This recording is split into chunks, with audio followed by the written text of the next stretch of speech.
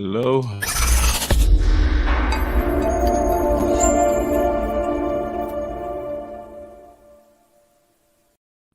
Hello, everyone. Welcome to another episode of Real Estate, Real Life, Real Talk, and Real Live with Damon the Agent, which is me. He is I, and I am him. Let me start over here. I forgot to start with my Instagram. What's going on, Instagram? So, like I said, welcome to another episode.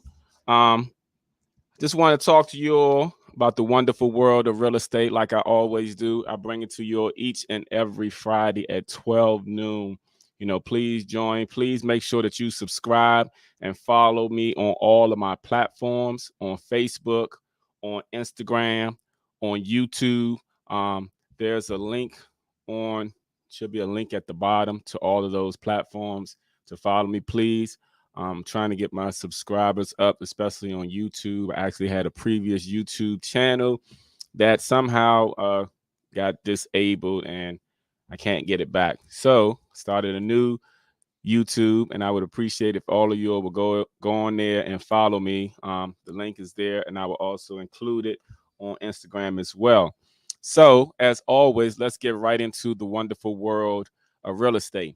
Now, today's topic is short sales.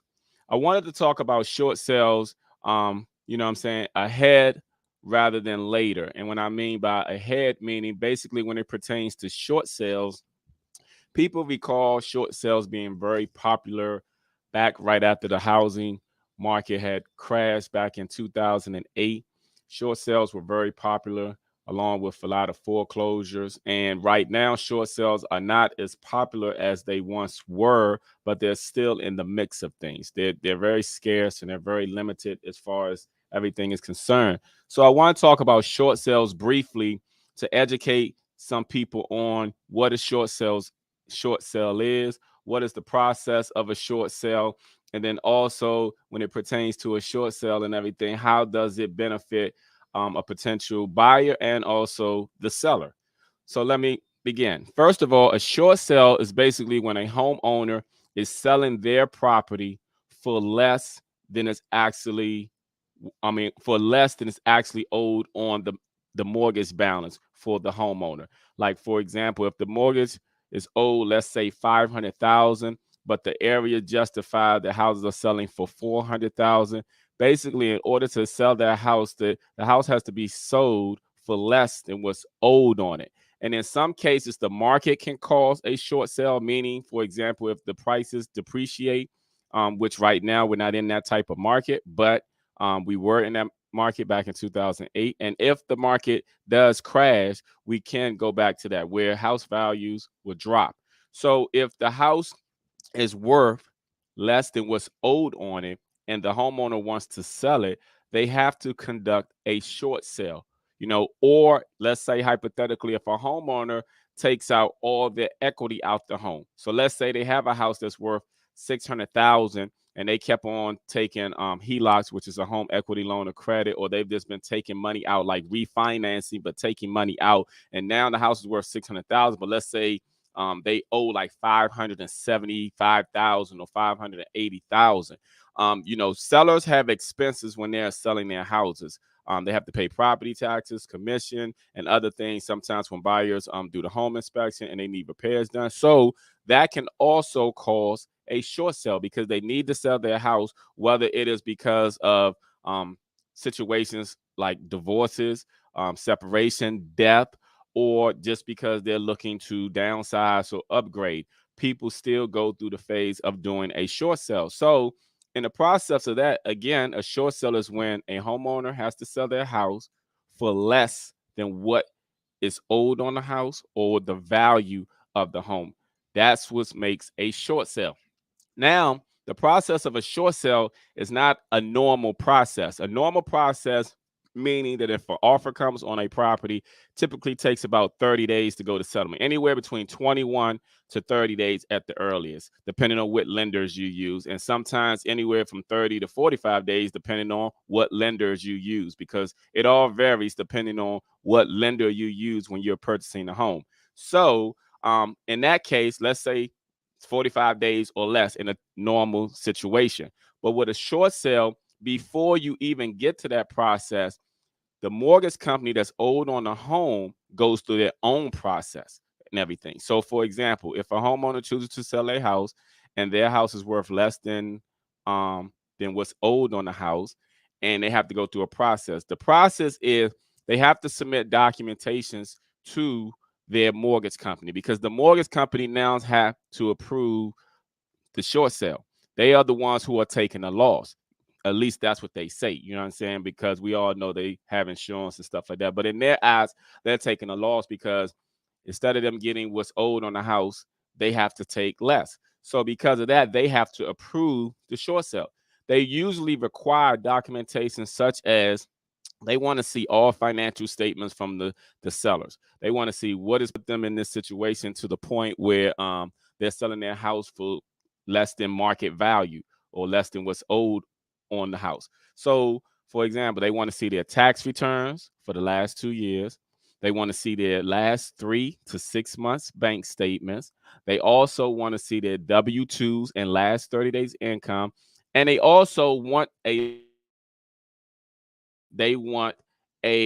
letter, a hardship letter is what it's called. A homeowner has to write explaining why they're actually selling their home. Now, the mortgage company wants this because they take all of that into consideration, whether justifying or not that the sellers either mishandled their finances and just can't afford the home, or they really, need to move out. And in some cases, when people have divorce, it's nothing that can be done. You know what I'm saying? But they still want these documentation. Now, when most mortgage companies get that documentation, they take anywhere from 30 days to 60 days. I don't know why it's so long of a process. And that is actually quick these days compared to how it used to be. Because back in 2009, they would take up to 9 to 10 months before they will even respond with collecting all that. Now they take about 30 to 60 days, depending on the mortgage company. So once they gather all that information, they will also then send out what they will call a BPO. A BPO is what's called a broker price opinion. And they would normally select, and it's not an appraisal, it's actually a soft appraisal. They don't pay for an appraisal. They want to see what the value is of the homes in the area. So they would normally hire a local real estate agent to go out and conduct that. The local real estate agent normally has to send them comps. You have to send them proof of what the homes, like the 3 houses that are listed, 3 houses that are sold, 3 houses that are under contract.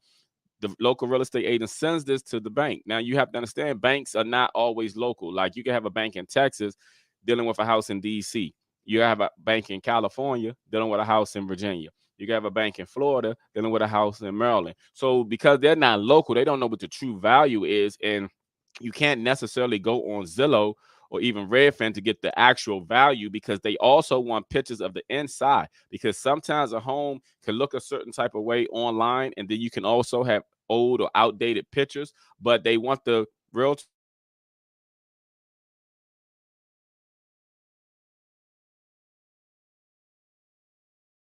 this is they take all of that into consideration. On top of them taking all the seller's finances, they take what's going on in the local market. Once they have all that information, this is when they send it to a local investor at the bank. And when they send it to that local investor at the bank, that's when they will determine whether or not that they will accept, reject, or counter the offer. And the reason why I say reject, because sometimes banks will reject a substantially low offer. Like, for example, some people assume because it's a short sale that, oh, the bank's going to take anything, and they're not going to take anything. This is why they do their due diligence and they do everything that I just mentioned. They look at the value. So let's say if the house is listed for 500,000 and somebody said, oh, I'm going to offer them 300,000, they're going to reject that, period, because they know it's nowhere in the ballpoint and they know people just trying them. So if the offer that's been put on is competitive, let's say the house is worth 500,000, has been listed for 475, somebody offer maybe 450. Depending on how those comps come back, they may counter or they may even accept. It just really depends on the bank and all those information that was provided to them. So with that being said, once the bank comes back and make their decision whether they're going to accept, reject, or counter, if they approve the short sale, once the short sale letter is given, then you proceed to move forward like a regular offer. So normally with a regular offer, you will have that, like I mentioned before, 21 to 30 days or 30 to 45 days, depending on what loan officer that's being used in the transaction. Then you will move forward with that and you can treat it as a regular sale. Now, in most short sale situations, properties are being sold as is, regardless of what market we're in, even in a buyer's market, because again, the banks have not gone into the property to even know to know what's going on. And even when they see the conditions and stuff, they don't want those things. They feel like because they're selling the property at a reduced price, that the buyers can fix anything that they choose to fix. Now, the benefits to a seller in a short sale is when a seller does a short sale rather than doing a foreclosure and everything, it doesn't hit their credit the same way a foreclosure does. A foreclosure goes onto someone's credit and it's on it for 4 years. You cannot purchase a home in 4 years with a loan officer if you have a foreclosure on your house. If you have a short sale on your house, you can purchase a home, but it's usually 2 years. And then also, instead of the full balance of what was owed, normally it would say satisfied as agreed in the remarks on your credit report. So a lot of times they don't know what that could be. That could be 5,000, or that could be anything. But most lenders after 2 years will basically approve you for a home loan during a short sale rather than you waiting 4 years doing a foreclosure. So that's the benefit to the seller. The benefit to the buyer is you normally will get a house that is reduced, like it's under market value, purchasing a short sale. A lot of times you may have to do work and put into it and everything, but sometimes it is worth it. It just depends on the condition of the property and all of those good things. So I just want to say that there are benefits to the sellers and there are benefits to the buyer when it pertains to doing a short sale. So please keep in mind that when it pertains to short sales, it's not a foreclosure, okay? You know what I'm saying? And it's beneficial to the seller and it's beneficial to the buyer when doing so. Short sales do take a little more time. They don't move as quickly, but in some cases, some buyers need time. Let's say if you're a person who's in an apartment or you're renting and you know that your lease expires in like 3 months and you see a short sale, you start looking ahead of time, because I always recommend to begin looking at least 3 months ahead of time when you're looking to buy. Let's say your lease expired, what's this? This July 1st. So let's say your lease expires October 31st. It would be a good time to start looking. If you see a short sale, a lot of times, you know what I'm saying, you can talk to the agent just to see the timeline. But like I said, you got to keep in mind it's normally 30 to 60 days before they come back with a decision. So once they come back with a decision, then you have that other 21 to 30 days. Most cases is 30 days. So that's typically like 2 months right there. In some cases, like I said, 30 to 60 days. So let's say it does take 60 days. And let's say your lender needs 45 days. And that's like 3 months right there. So it's all about communication, people. It's all about talking to your lender. Also, the agent talking to the listing agent. And hopefully there's an experienced listing agent that's doing it and that's working with a reputable title company or lawyer. Now, back in 2008, there was a lot of real estate agents doing short sales, and unfortunately, many weren't doing them correct. So in state of Maryland and in DC, they came up with a law that only title companies and lawyers could do short sales. Real estate agents can list property, but they had to have the assistance of title companies and lawyers because there were too many people who were actually losing their homes because of the lack of knowledge from some real estate agent. I recall back then I was doing a lot of short sales and I was getting my short sales approved so quickly and people were wondering how I was doing it. Basically, it was just one simple method. I read, you know what I'm saying? I mean, I learned a long time ago, if you want to keep something hidden from somebody, put it in a book, you know what I'm saying? But what people fail to realize is in a book contains a lot of knowledge that people will help you grow a lot of money. So I read a lot of stuff. So when I read a lot of stuff, there was a lot of little tricks that I knew what to do as far as contacting the mortgage company to get my short sales approved ASAP. Because like I said, back then it was taking at least a year for short sales to get approved. So I started cutting those in half. I started getting them in 6 months, then in 3 months, and you know what I'm saying? But they came up with that law, which I felt like was fair because there were some people that when I had buyers and we were looking at short sales, When I was calling them, they didn't know what was going on. They wasn't providing updates or anything like that. And you want to get weekly updates when you're dealing with short sales, because not knowing, I don't know why people have this conception of not saying anything, but not saying anything, not communication is bad in all aspects and in all life, regardless of what it is. So that was short sales people. Right now, I was talking about loan officers and the short sales, making sure that depending on the loan officer, them, being good and how quickly they can go to settlement, whether it's 21, 30 days, 30, 45 days. The next person that I'm have coming up is a loan officer. Her name is Rhonda Lewis. I have worked with Rhonda Lewis for years. She's a very, very good loan officer. She's very informative and knowledgeable as far as what she does. She's been doing this for a while. She's very passionate about it. And I love to have people who are passionate about their work, because I am passionate about my work. So, one second, you all.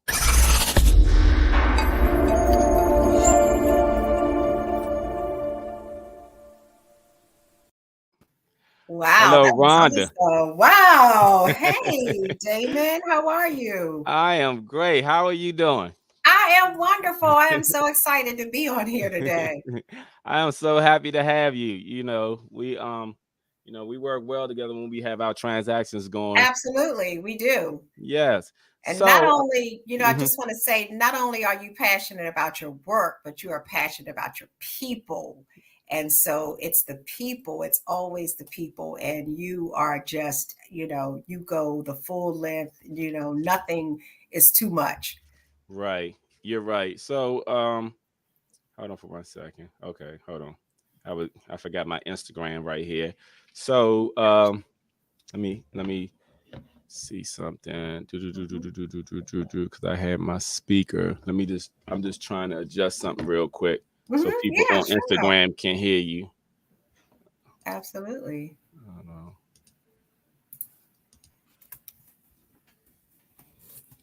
Can you hear me? Me? Yes. Oh, yes, I can hear you Okay. fine. Good, good, good. Yeah, so the reason why I'm passionate about my people is Uh-huh. because um I try to represent everyone as if I would represent myself.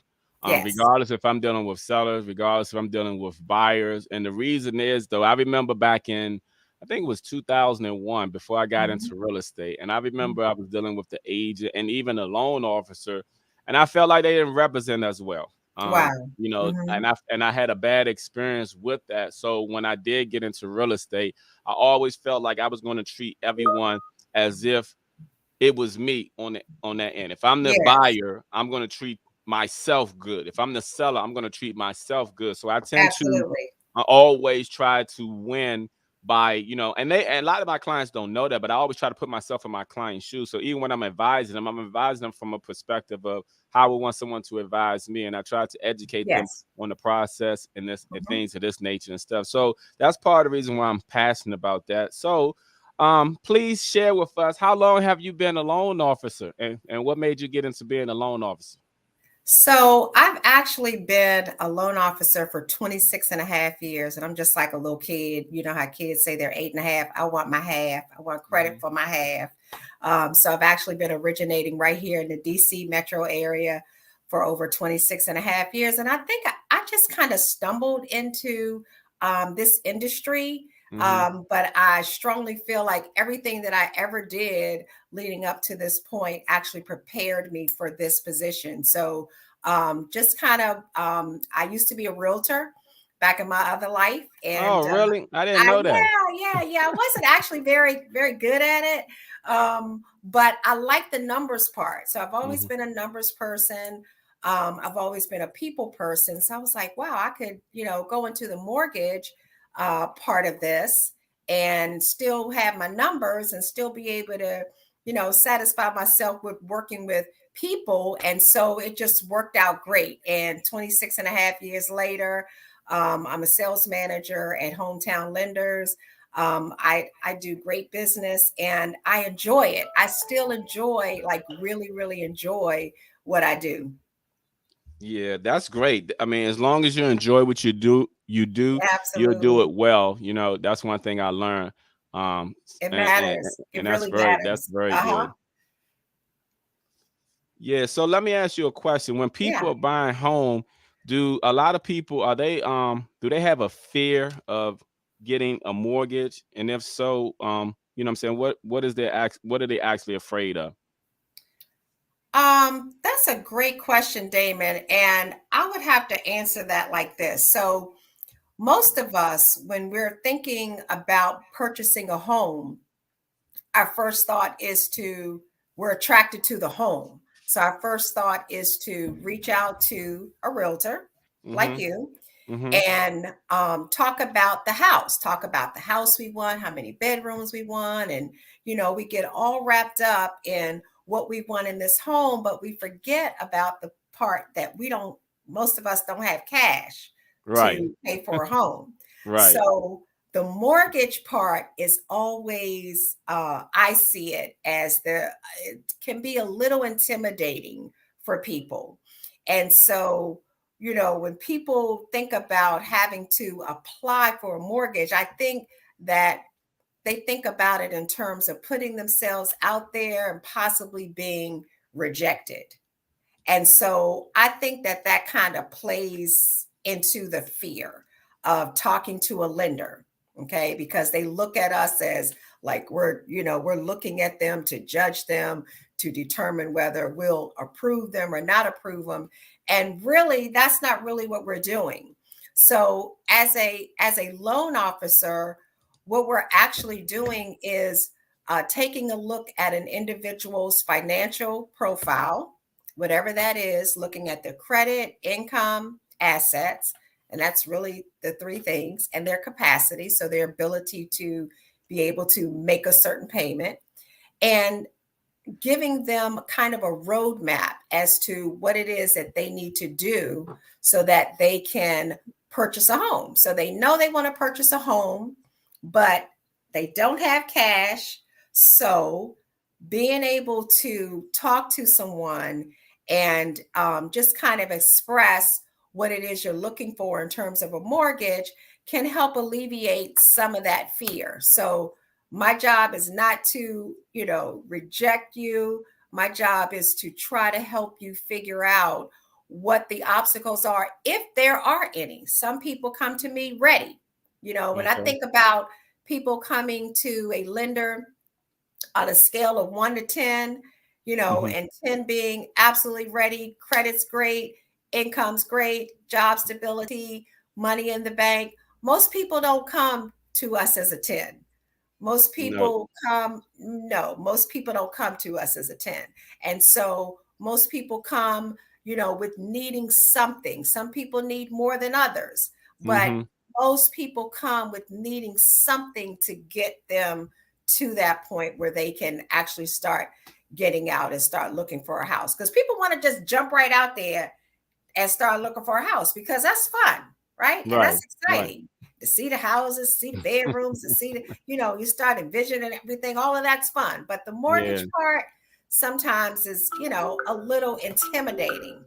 Right. Yeah, and I understand how it can be. I always tell people when I deal with a lot of buyers, I always tell them, because like you said, they want to always go see houses. Oh, I've Yes, seen 3 houses. And I always tell them you want to get your numbers straight first. Look, talk to the always, loan officers, be always, comfortable. I want to make sure that you're good with the numbers as far as the monthly payments. I want you to make always. sure that you're good first before we go out there and look. And the reason why I do that is because I share that based off experience. I remember when I Yes. first got started, and it was a guy, and I was taking him around to see house, and he found a house Mhm. he really liked. It was like 350,000 or something like that. And he was like, "Oh, what's my mortgage payment?" I said, "I don't know. You didn't talk to the lender and stuff like that." I'm suspecting the right 1,800 to 2,200. I don't know, depending on what loan you're using, your Right, interest rate, your right. credit. And he was like, "I ain't want to pay that much for my mortgage."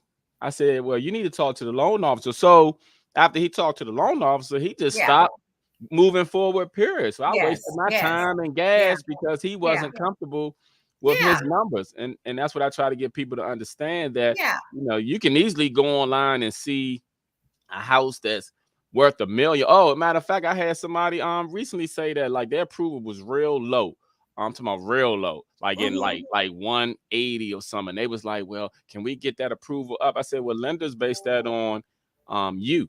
I said, you know what I'm Yes. saying? I said, hey, how Yes. much you can afford. I said, it's based off Yes. your credit, your Yes. income, and everything. I said, if you get a Yes. co-signer, yes. I said, but you can see houses out here that are worth $1 million plus, Yeah. but that doesn't mean you can necessarily afford it. So, Absolutely. And let's just touch on that word, afford, right? mhm, mhm, So keeping in mind that the lender tells you what you qualify for. Okay. mhm, So the lender uses your information, guidelines, set by whatever type of mortgage we're going to do. And we determine what you qualify for. So we're mhm, really qualifying you for a payment. And then we're kind of trying to back our way into determining about how much of a mortgage, how much of a loan you could actually get. Okay. mhm, mhm, But the buyer has to tell the lender what they can afford. And most people come to the lender without having that information. So that's very, very important. And so it makes them shaky. So when they come to me and I'm saying, well, based on your income and your bills, mhm, you qualify for a mortgage payment of 2,500, mhm. and this is where that price range would put you.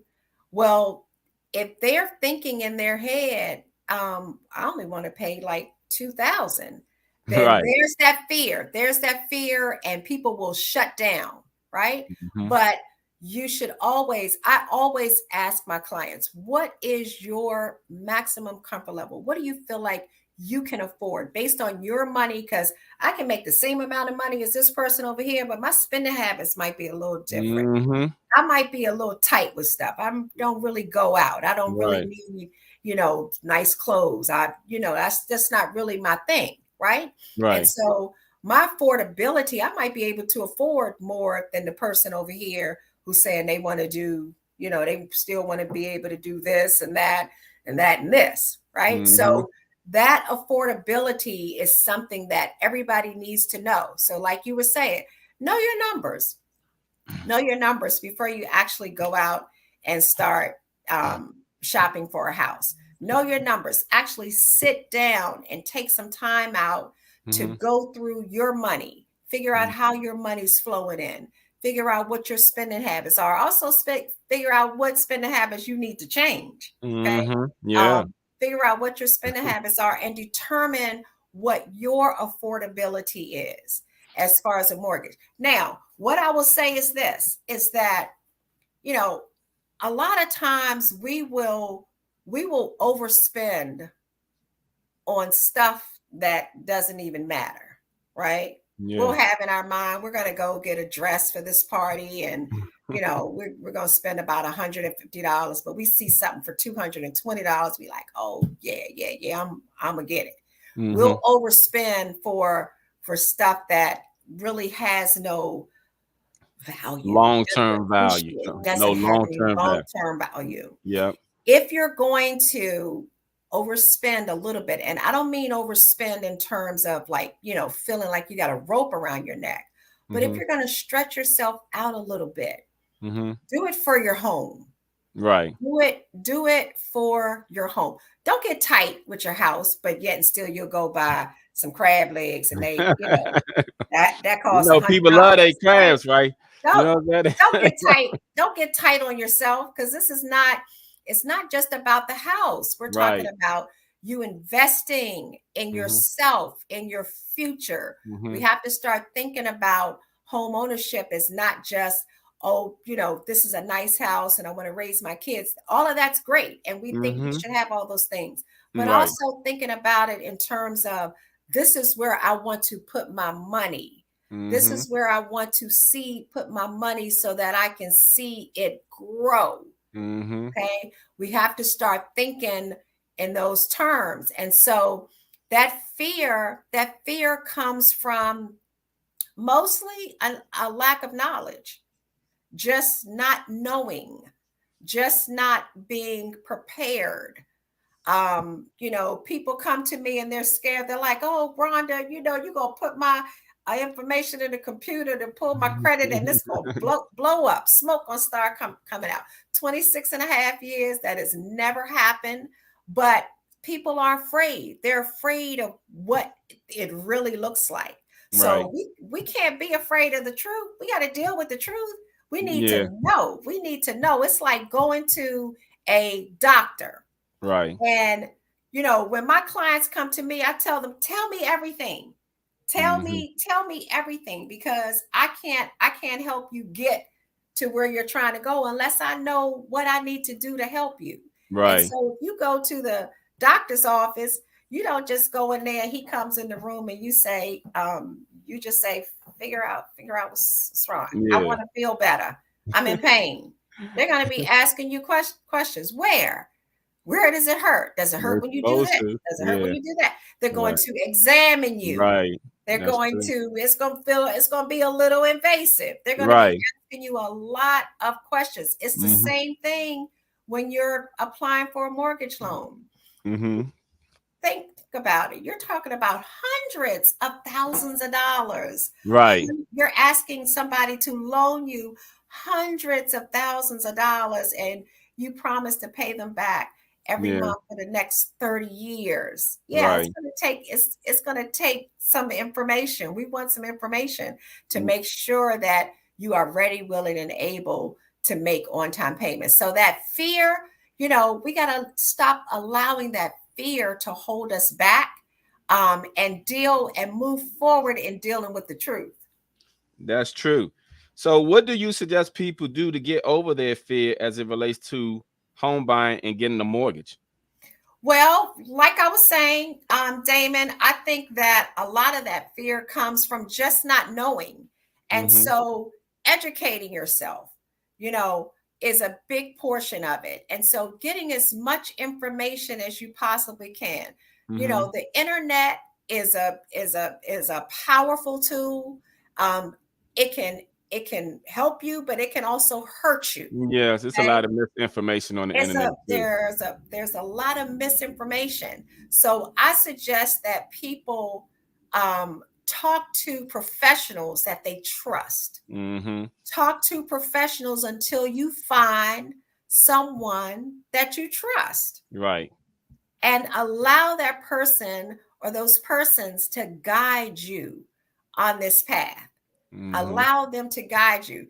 Hey, I figured out a long time ago that, when I would get clients and they would, be so distrustful of me, that it really wasn't me that Right. they didn't trust. They didn't trust their own ability to Hmm. be able to make a good decision.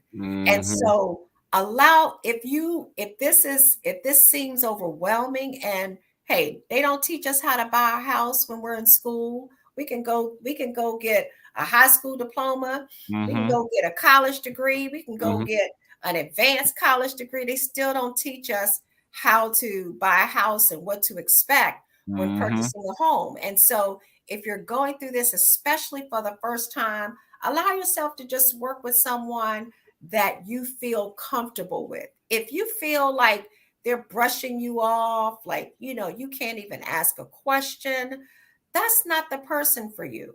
Right.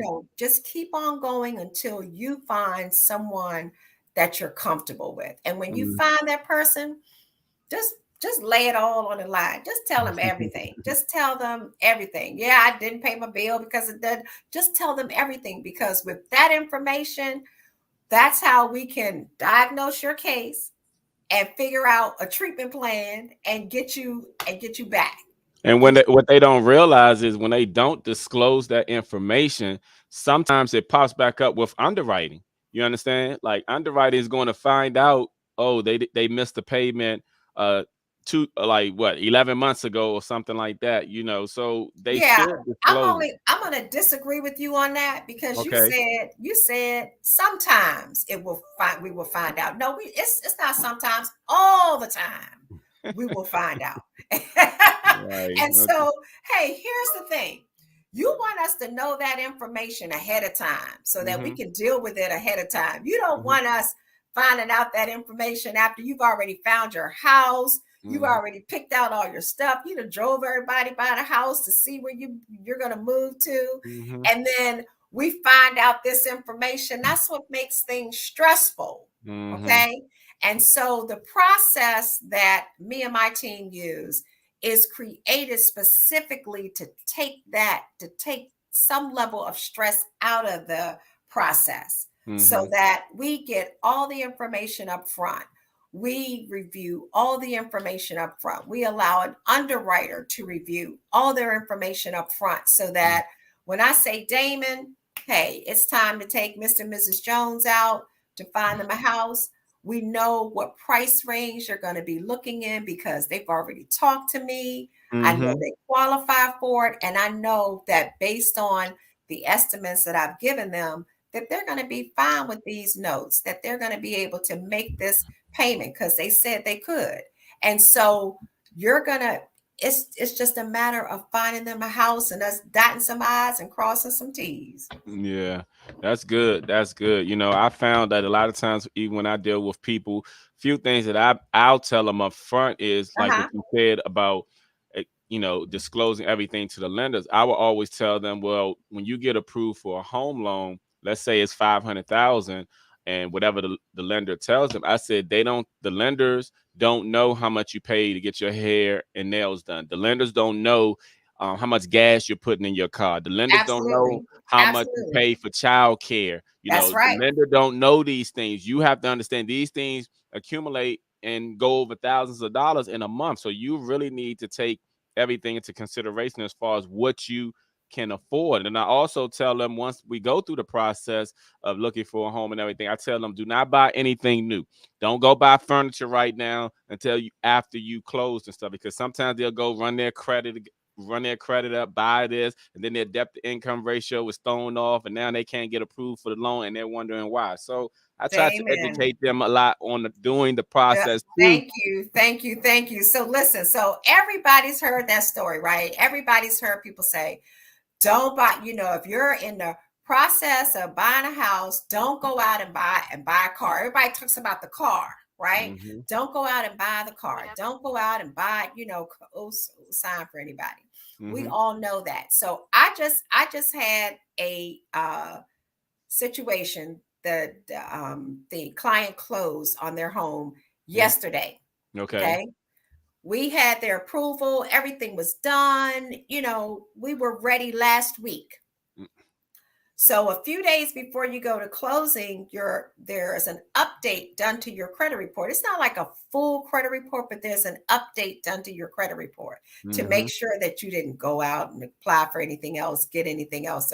So don't think you're being slick and we get ready to go to close it because we're gonna find out. Right. And he had a credit card that only had about a $2,000 balance on it Hmm. initially with a $61 payment.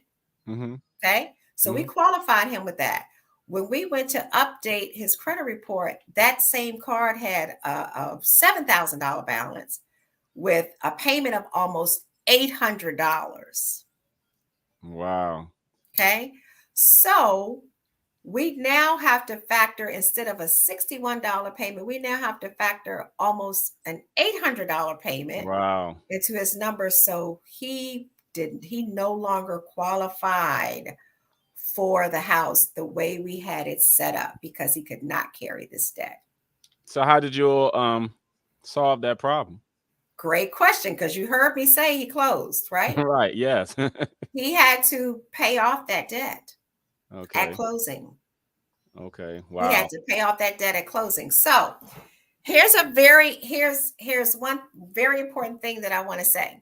Hmm. So we've all heard those stories from people who say, oh, when I was getting ready to go to closing and they told me I had to pay, they told me I was going to need this. And now all of a sudden I needed $7,000 more. They didn't tell you the whole story. They got to tell you the whole story, right? Hmm. That, you know, as you change things will change. So imagine when you are in the process of buying a house, imagine that we're taking a picture of Hmm. your financial profile. So Hmm. we got a camera and we take a picture. right? Mhm. And we Mhm. have it in our hand.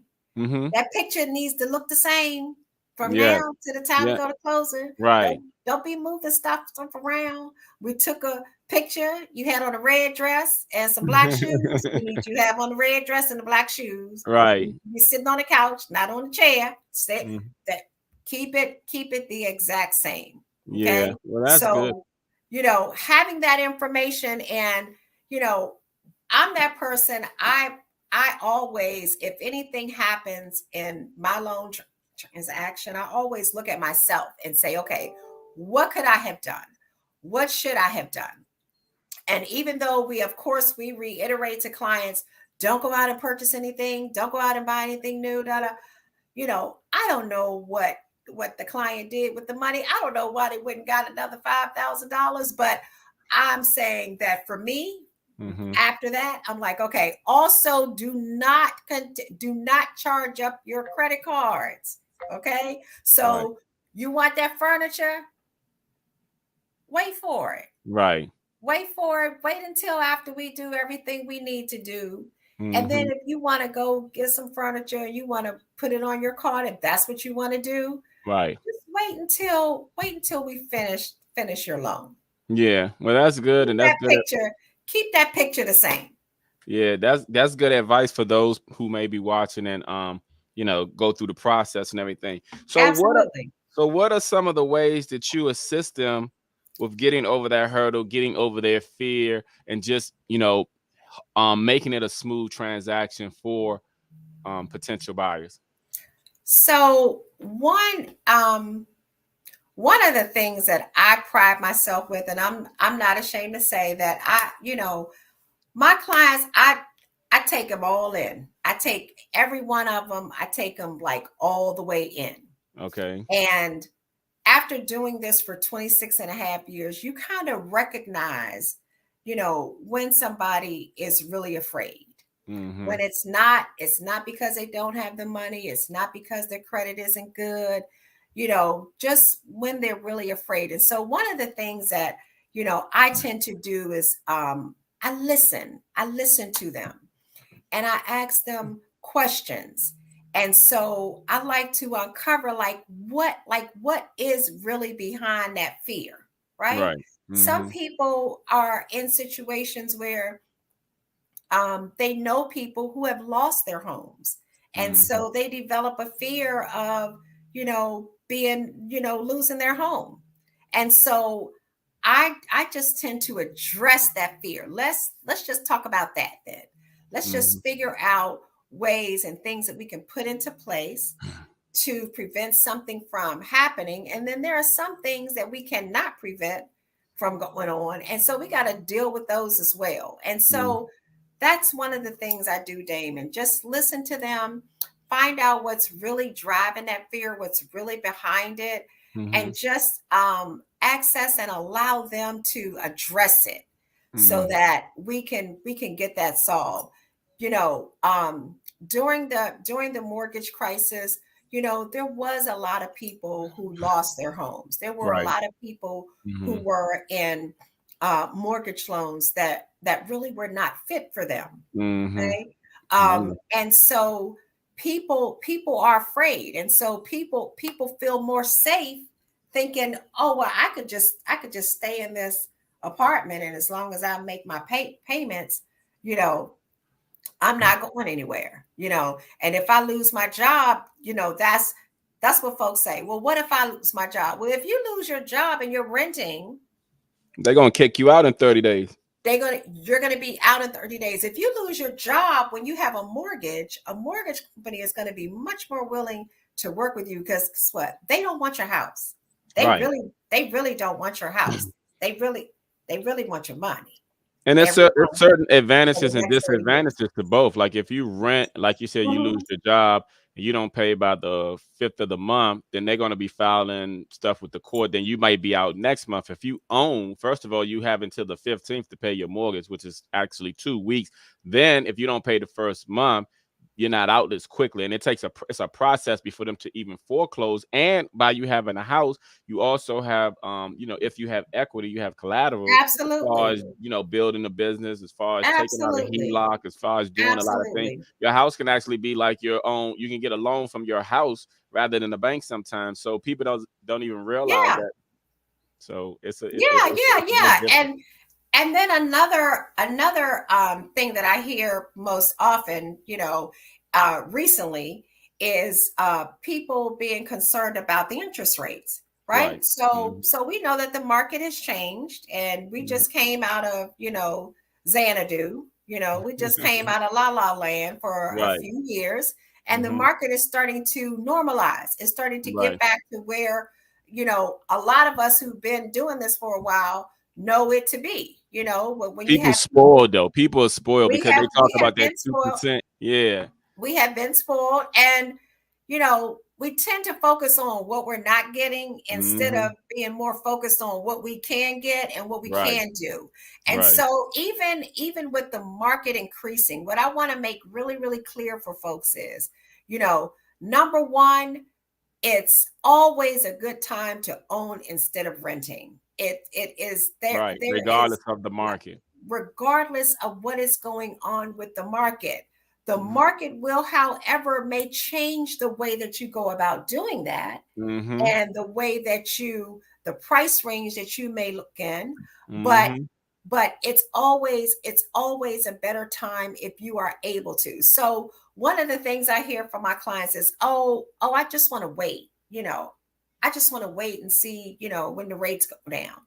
Here's the thing. So I always tell them this: you marry the house, but you date the rate, right? Right. Right. So what I mean by that is that you purchase a home that you want to make a long-term investment in, okay? Hmm. At a payment that is affordable for you, okay? Hmm. And then if the rates go down, see, because we're dating the rate, Hmm. if if if you purchase a home now and the rates go down, Hmm. then you're in a position to change your interest rate. Right. Just because you're in a 30-year fix doesn't mean you have to keep it for 30 years. Correct. Okay? Hmm. If you're waiting and rates go up, Hmm. then this is still the best time because you're catching it at a point when it's lower. Okay? And And that's so, the other thing is people are thinking that, prices on houses are going to go down. So I want you to speak to that.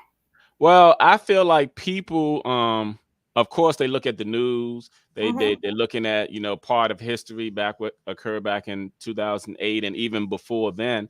Um, what people fail to realize is a lot of times when the market crashes and houses go down and stuff, we are normally in a recession a lot of times, and people are not coinciding the economy with housing. So a lot of people who are waiting, they may not be in a position to buy when it goes down. That's what they're not thinking about. And because everybody's when they're up doing good and everything's going well, everybody's on cloud nine. Everybody say, okay, yeah, this is what we got. We just gonna wait. We just gonna wait. And then when they didn't buy a house or do what they should have did, and then unfortunately something happens, then they trying to figure out and they scrambling. And like you said, if they're in an apartment, they can't pay their rent and everything. But if they would have bought that house, then they have something, what I'm saying, something, Absolutely. as Absolutely. collateral. So like people waiting on the prices to go down, they can keep waiting. You know what I'm saying? Like if you look at how the prices now in 2022 and go back to 2002,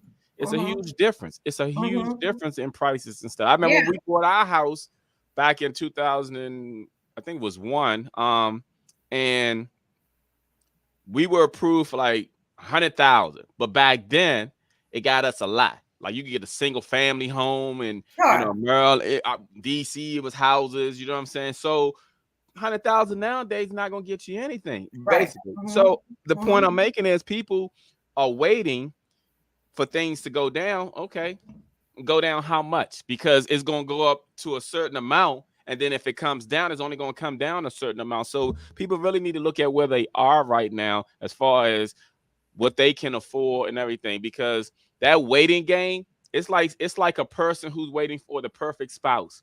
and next thing you know, they 80 years old and they True. still waiting. Just like I saw Mhm. a meme that said, I'm not putting up with something. I'm waiting on something. And they 50 plus years old. And they somebody said, oh yes, it was like I'm waiting on the perfect man. Somebody said, yeah, his name is Jesus. You're about to meet him because you're taking too long.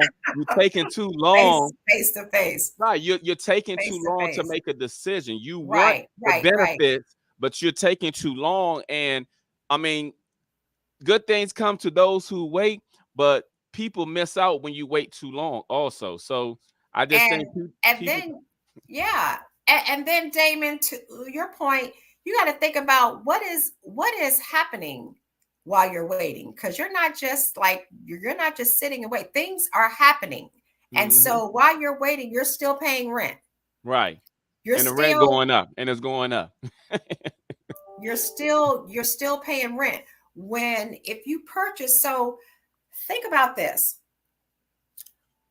when when we rent, right? Mhm. Mhm. Wherever we live, we're paying for that roof over our head, whether Right. we're renting Or or whether own. we're buying a home. We're When we make that payment every month, we're paying for that roof over our head. So if that's all you're doing is just paying for the roof over your head, why not do that? Why would you do that in a situation where you're paying for that roof over your head? It's going to steadily go up. And when you get ready to leave in 5 years, 7 years, 10 years, they're going to give you your security deposit back. If your kids haven't torn up the walls and messed up the carpet, right? You're going to get your security deposit back and then you move on, right? But if you go over here and you purchase a home Mhm. and you're just paying for the roof over your head. Mhm. What's happening is that money that you borrowed is here. Mhm. Okay.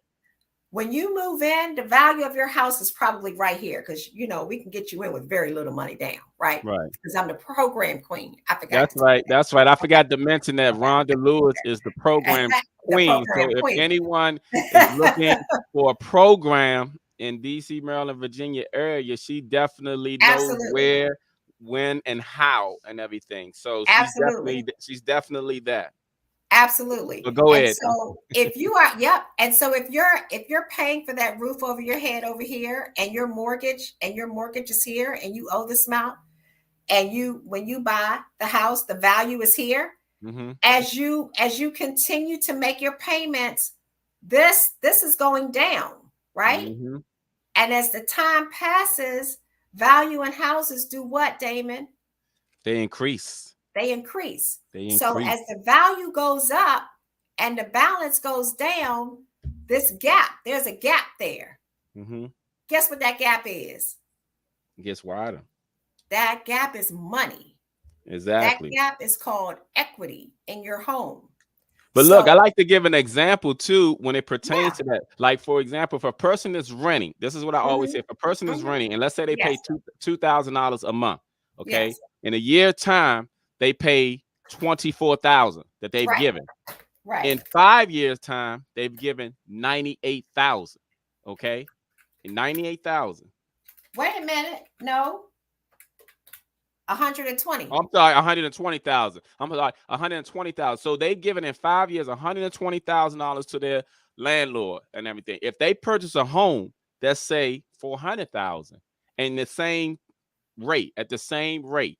Okay. Now the house is going to, I mean, their balance is going to come down and everything, not necessarily 120,000 because the interest and stuff like that, but they've already gained equity in their home, what they failed to realize. So in one aspect, you're giving to a landlord. That's why when people who like homeowners who rent out their property, that's why it's passive income, and that's why so many people have rental properties and stuff, and it Absolutely. helps them to afford the lifestyle that they want to live, especially those who have multiple Absolutely. properties and stuff. And what they're not understanding, people who choose not to buy because they want to rent. Because I actually met a lady early this week, and I gave her my card and my pen, and she was like, "Oh, I've been renting my place for 27 years." And I said, "Really?" And I said, "Is your price grandfathered in?" She said, "They just went up on the mortgage." I said, "Well, how's that working out for you?"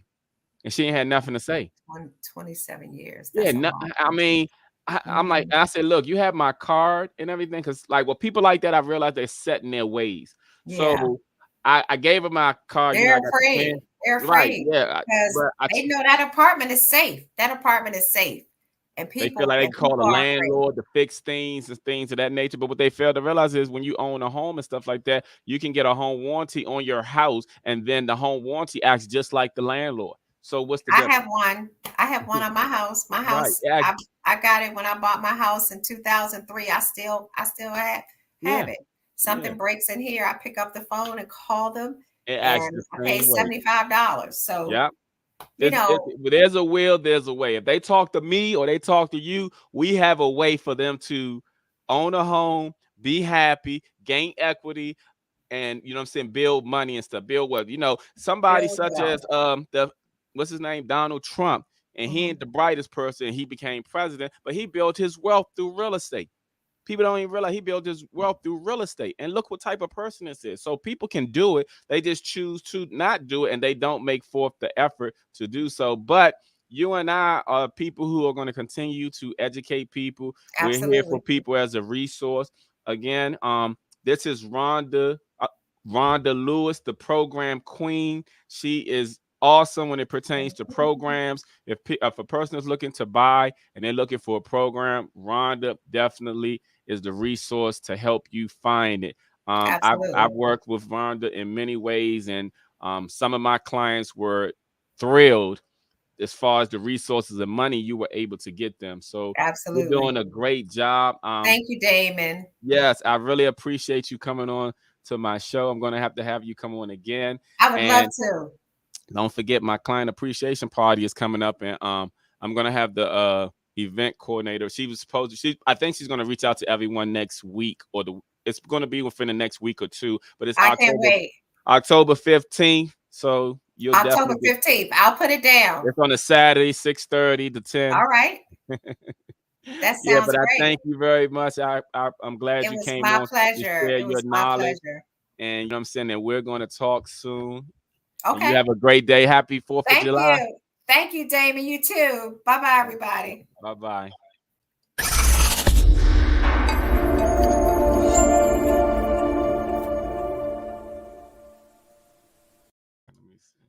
All right, you all. Thank you all for listening to Rhonda. Let me go back to closing out the podcast. So, that was Rhonda Lewis. Like I said, she's a fantastic loan officer. I've worked with her many times. She is the program queen. She's found resources for people who are looking to purchase a home. Funds are limited. She's very informative as far as things are concerned. You all can find her on my Facebook and also Instagram. Just type in her name, Rhonda, which is RHONDA. Last name Lewis, LEWIS. Very good person. So I want to end the podcast by talking about relationships. Okay. I just wanted to touch on this subject in many ways and stuff. I'm not going to go a long, drawn out speech, but I think people fail to realize when it pertains to relationships, I'm not just talking about romantic relationships. I'm talking about relationships when it pertains to your family members. I'm talking about relationship when it pertains to colleagues at work.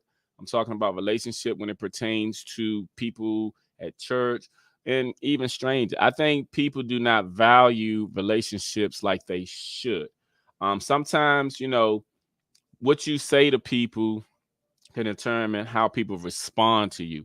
And this goes for family too. Like sometimes, like might have family members who only call you when they want money. You may have some family members they call you when they want to gossip about other family members. You might have some friends who do the same thing. They only reach out to you when they see something on social media, or if there's a trending topic, such as the situation that occurred with the father and baby mother with the McDonald's, and everybody was talking about that all week. And that's a, what I'm saying, sensitive subject right there. But even with that, their relationship determines everything. I think nowadays people are disrespectful to people for no reason. People are not considerate.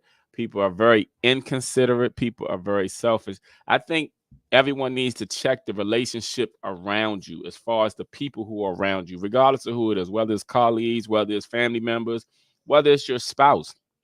Everyone wants to feel valued. Everyone wants to feel wanted.